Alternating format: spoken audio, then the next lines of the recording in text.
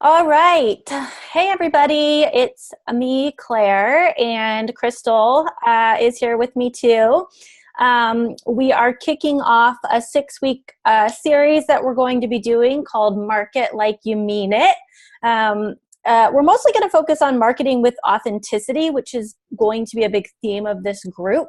And we thought these kind of 20 to 30-minute short trainings over the next 6 weeks, we're going to release one a week on Wednesdays at 3, but they are recorded, so you can check it out anytime. It's a great thing on your lunch break, or if you have a few minutes after work to check it out.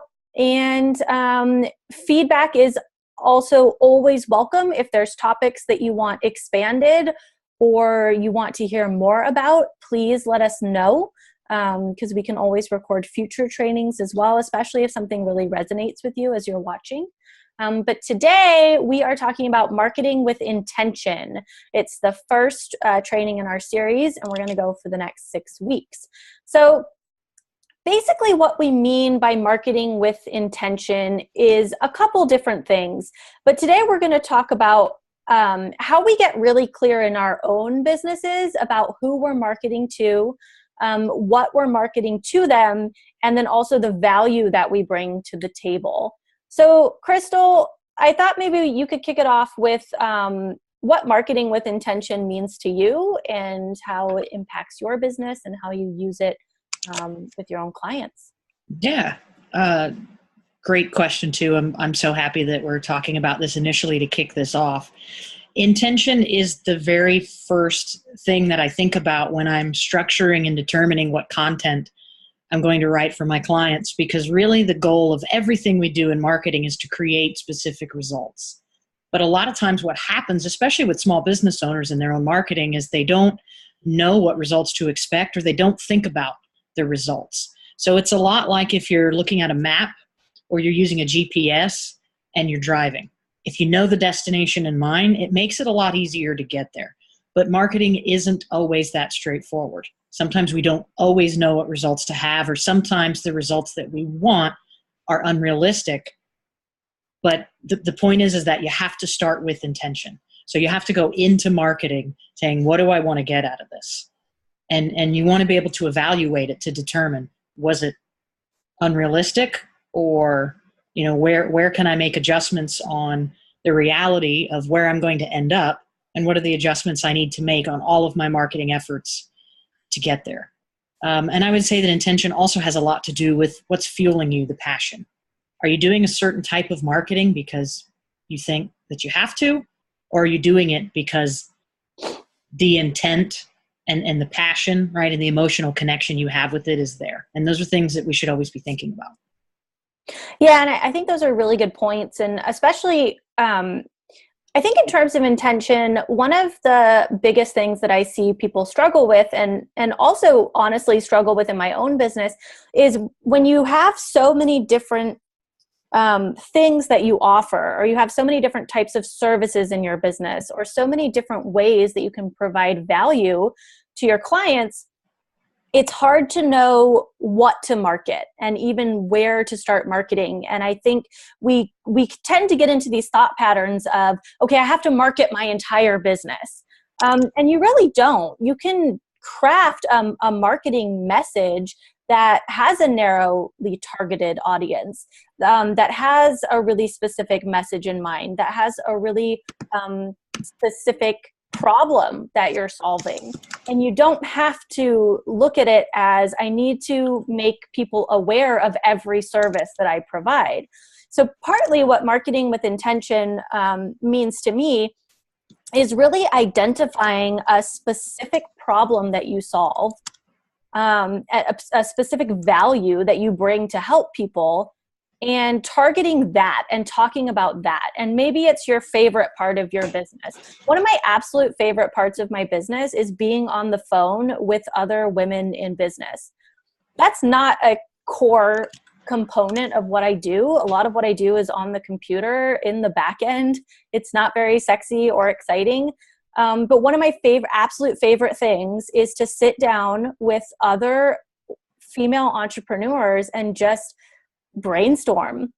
And so one of the big lead-ins in my own marketing is what I call a digital blueprint. And it's really just like a 60 to 90 minute deep dive where I sit down with my potential client and I talk to them about their business and what their marketing needs are. And that gets me really excited. And because I'm excited about that particular service I provide, it makes it really, really easy to market that. I know exactly who I'm targeting. I know exactly who I want on that phone call. I know exactly what it is that I provide. And even though it's only a small portion of the rest of my business, it's a service that is so specific that it makes it really easy for me to kind of push it out to the world in a way that's targeted, it's clear, it's concise, and it doesn't overwhelm people when they see all of the lists of services that I do. So partly marketing with intention is thinking about what you really want to communicate in your marketing and what you want to use as kind of an entry point to your business. Because marketing really is that, right? It's about getting people to enter your business, whether you're brick and mortar or you're online. It's about getting people in the front door. And that might be to look at your website. That might be to book a call with you. That might be to literally physically walk in your door because you have a brick and mortar location. But knowing that you don't have to solve it all, you don't have to let everyone know about your business right in the beginning. You just need that kind of one piece of the puzzle, kind of takes out a lot of the overwhelm for me personally. What you described is a fun thing that I like to call the Baskin-Robbins effect. And it's really easy for it to happen to people in business. The most common flavors that they sell at Baskin-Robbins, which is a lot of times they're in a Dunkin' Donuts, is chocolate or vanilla. So you mean to tell me you have 32 flavors, from like daiquiri to peanut butter to Oreo to coffee. You have all these exotic flavors, all these fruity flavors, all this stuff. And what you sell primarily is chocolate and vanilla. And that really drives home the psyche of what's involved here. And that's when you give people too many choices. They don't know what to do. So they always revert back to what I know and what's safe. So I see all these 32 flavors. 15 of them look like they may be great. I don't know which one is right for me right now. My palate is freaking out thinking about all these options. So I'm just going to stick and just be a very basic, and I'm just going to get the vanilla. So that's definitely what you're saying is on point with that. Don't try to overload somebody and offer everything that you can do or feel like you need to educate them on everything that you can do. You don't need to show them all 32 flavors at once because their brain is going to explode. Well, and so is yours. And I think it's such a good point of if you feel overwhelmed in your marketing, your customer probably does too. And that overwhelm is going to come through. And by really kind of deciding, okay, here's one really cool, valuable thing I offer that I can get a quick win with. I can make that person feel amazing right away. I can communicate it really clearly. Is such a great way to determine just an entry point into your business. And it's like the Baskin-Robbins thing in reverse, right? So if you're thinking about your business, what's your favorite flavor in your business? What's the number one thing you really like to do? And use that to kind of draw people to you in your marketing. And then you're going to figure out the other stuff as you go, right? You don't 100%. You don't have to try to like shove it all at them at once. No. And that's true no matter what type of business you have. And it's okay to tell people what flavor they're going to get, right? If somebody comes in and says, hey, you know what? You should try this new Oreo flavor. If you're the professional in your industry, people are coming to you for a reason because they may not need all those options. They don't know. So sometimes it's okay. You don't want to do this every time, but be able to identify those points when you need to be able to tell them, hey, this is what flavor you need. All these other options, I'm not even going to present those to you because you don't need those right now. Yeah. Yeah, and I think, restaurants do this too, where it's the special of the day. And special of the day isn't the special of the day other than any other reason, and that's what they wanted to push you towards buying because that was going to be your best first experience with them. Yeah. And restaurants are such an interesting and brilliant industry, also very complicated. Their specials of the day are always the best profit margin things that they have. And a lot of times they make them based on what stock do we have a bunch of and we have to get rid of. So if you want to talk about marketing with intent, I'm so glad you said that, because restaurants are a brilliant idea, because they will say, oh my God, I've got all this fresh fish. It's going to go bad.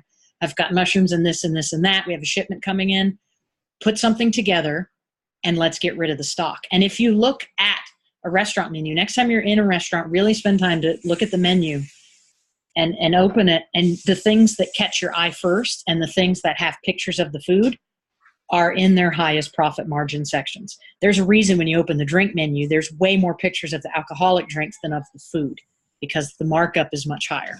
Same thing with the grocery store. The items at eye level, they get the highest margin on those. And that is absolutely marketing with intent.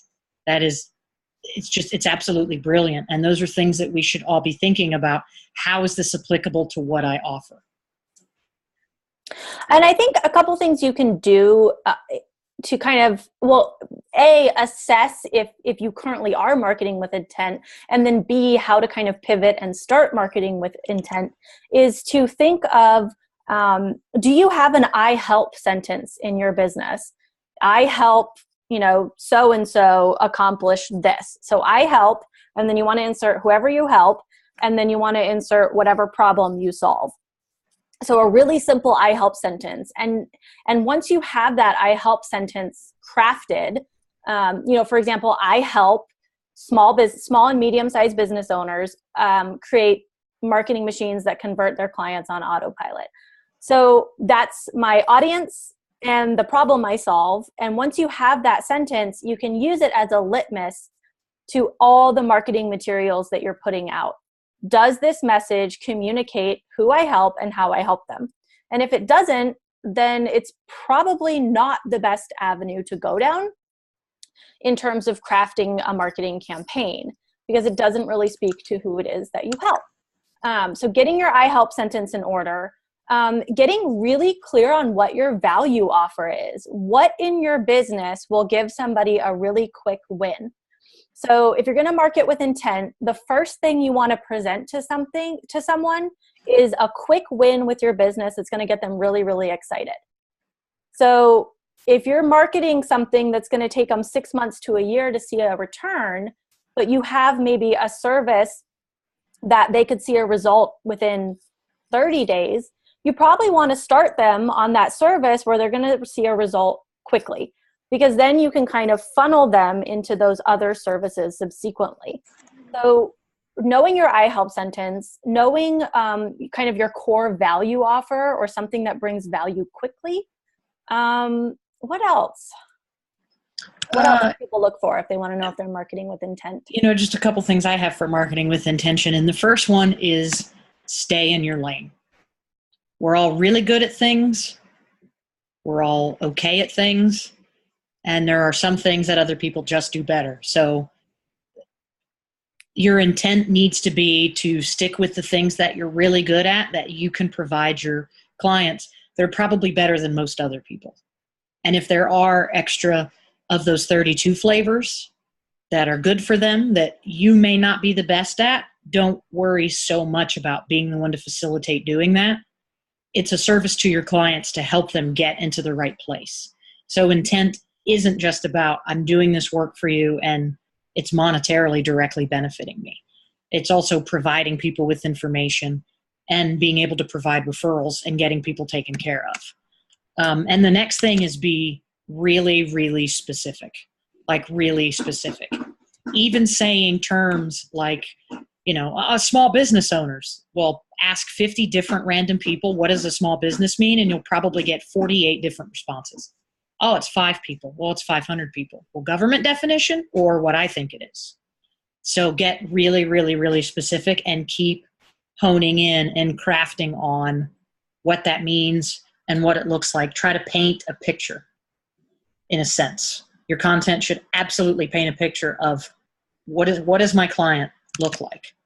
And then just never stop focusing on that target market. And the best way to describe that is if I'm if I have a dart, right? I have a steel tip dart in my hand and I throw it at a wall and it sticks where it sticks where it sticks.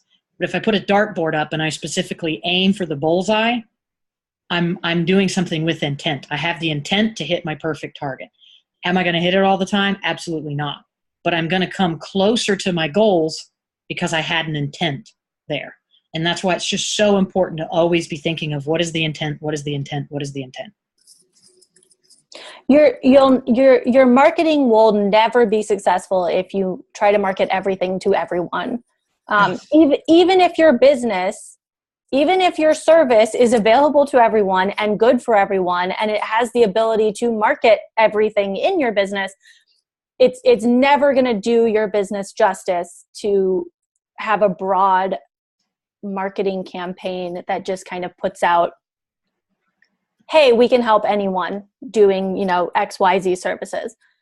Yeah, because it really doesn't mean anything.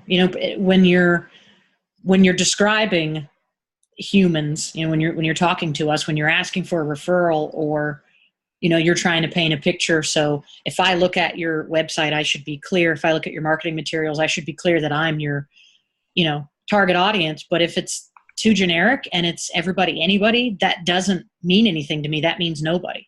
I don't know what to do. If Claire said, Crystal, will you go find me a client? Okay. I don't know what to do. I don't know where to start. I know a lot of people, but I have no idea how to help you because it's way too broad. I don't know what to do. So really getting, super specific and adding all those details. I mean, what would happen at a restaurant if you told your waiter that just bring me a sandwich, any sandwich, it doesn't matter? What are they going to do? They're going to be super overwhelmed and not know what to do. No idea what to do. Maybe they'll give you what they like, or maybe they give you what's most commonly ordered. But what if you wanted a burger? I mean, it's the difference of, well, what if now you want a burger with bacon and cheese and no onions, but extra tomatoes? When you add the specificity in, it's much like giving your order to, a wait staff or to the barista at the coffee shop. I very specifically want a soy frappa macchiato non-latte. I don't even know. Coffee should just have like coffee. It's 2 syllables, get it over and fast. But when you add the specificity in, and human beings are so funny because in a lot of aspects of our life, we do this, right? We add all those details in because we want to get what we want to get. But then when we go to do our marketing, we forget that same intention. Do you know what I mean? So think of it in that terms, right? When I'm creating my marketing, it's like I'm talking, to my barista. What exactly do I want in this drink order?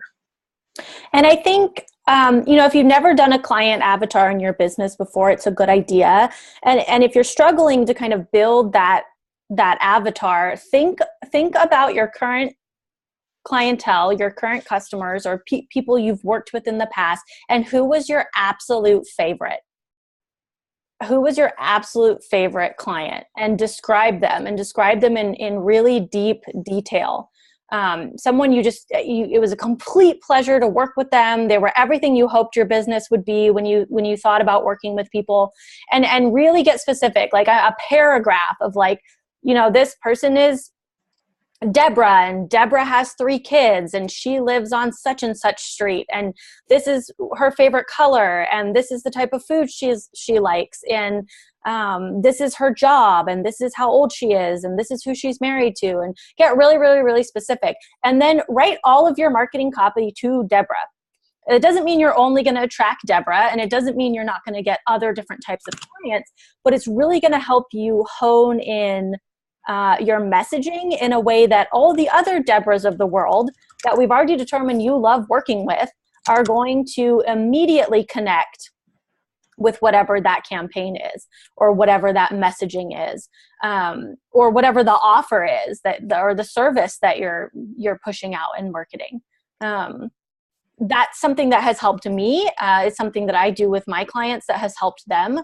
And I think people are hesitant to do that because it feels limiting, but it's not, because it's going to craft your message in such a way that the people who are the best possible people who could be working with you are just going to like flock to it because it hits them in their heart, instead of hitting them in kind of this logical way of, okay, yeah, I need this service, and this person is over here on my Facebook page telling me they offer that service, so I guess I'll think about that.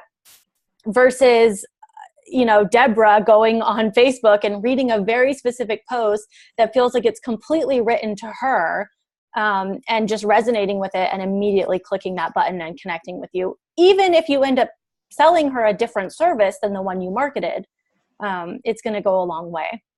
Oh yeah. It shortens your sales cycle too, because when people connect with you, it's easier. It's easier to convince them. You don't have to drag them along that road of hesitation as long. And you get to work with people that you like, that you actually enjoy working with, which is huge, because when you don't enjoy your clients, you're working harder for the money, and it can be miserable. We don't want to work with bad clients. And you may not get a lot of Deborahs, but you might get, a couple Susans and a Hazel and a Laura Lee that are kind of similar to Deborah. So it's kind of like, always aim for that bullseye. Well, I got a triple 20, I got a 6, I got a 14, but that's at least closer to where I aimed, rather than, oh my God, what the hell did I hit? Who is this person and how did they get to me because I'm miserable? The other thing is, when you market with intent, it also sets you up to be a big fish in a small pond, which when you're marketing is always where you want to be. You want to be the authority, right? So you want to be talking to an audience where you're at the top, like you are the primo of who they could be working with. And it's kind of counterintuitive, because we always think about opportunity as being in kind of a large pond and being a smaller fish and having the opportunity to grow. But when it comes to marketing, the opposite is true. You want to be the number one top authority that person could be working with or visiting or shopping at or taking advantage of your services. And to do that, you need to really, really narrow your audience so that you can be the biggest fish in that game. Absolutely. And, you hit the nail on the head. People are so worried that it's limiting, but by overgeneralizing your services and trying to sell to everybody and anybody, you really are just making yourself a tiny minnow in a freaking ocean. You're going to get eaten. Yeah, you're going to get eaten alive, because it just isn't effective. But if you are really strident and stick to, this is what I'm good at, this is who I want to work with, this is my intent, and this is my clear message, and I'm doing it with transparency, you'll, bad reference, but you'll be the killer whale in the tiny SeaWorld tank. You will be a very big fish in a small area, and that's you don't get there overnight. You don't get there quickly. Your marketing is a marathon. It's not a sprint, but you have to have the intention, and you have to have the strategy of how to leverage that intention to get there. Absolutely. Yeah. I'm trying to think of summaries or how to kind of wrap up. I think we've hit some really good stuff. Hopefully it's been really helpful to you guys. We're going to be talking about next week on the training. We're going to dive even deeper into this. We titled the training, It Starts with the End. And one of the reasons I titled it that is because I think oftentimes we tend to think of the entry point of our business in our marketing too often, and we don't really think about the customer journey and where we want them to end up. So we're going to dive in next week about how really you need to know the end point for where you want that person to stop, what your conversion is, whether they're going to purchase something or they're going to sign on to work with you or they're going to visit your store, whatever end point is. We're going to talk about why deciding that first can really help you craft all of the entry point marketing and all of the beginning of your marketing campaigns so much easier. Because you can't draw a roadmap if you don't know where you're going. That's so true. It's a strange thing. Marketing can sometimes work in reverse of what a lot of things in business, the way that they operate. So it's totally, that's what's fun about it, at least for me. Some people hate it, but hopefully in our series we'll help get you guys more comfortable in doing it and get you better results as you do it. Yeah, so leave comments with questions or comments or feedback or whatever you want to drop below the video, and this will stay up in the group, so you can revisit it. You can come back to it at any time. You can watch it whenever it's convenient for you, and then we'll also see you next Wednesday. We'll upload the next video at 3 p.m. next Wednesday. So thank you so much, guys. Thanks. We'll see you next week.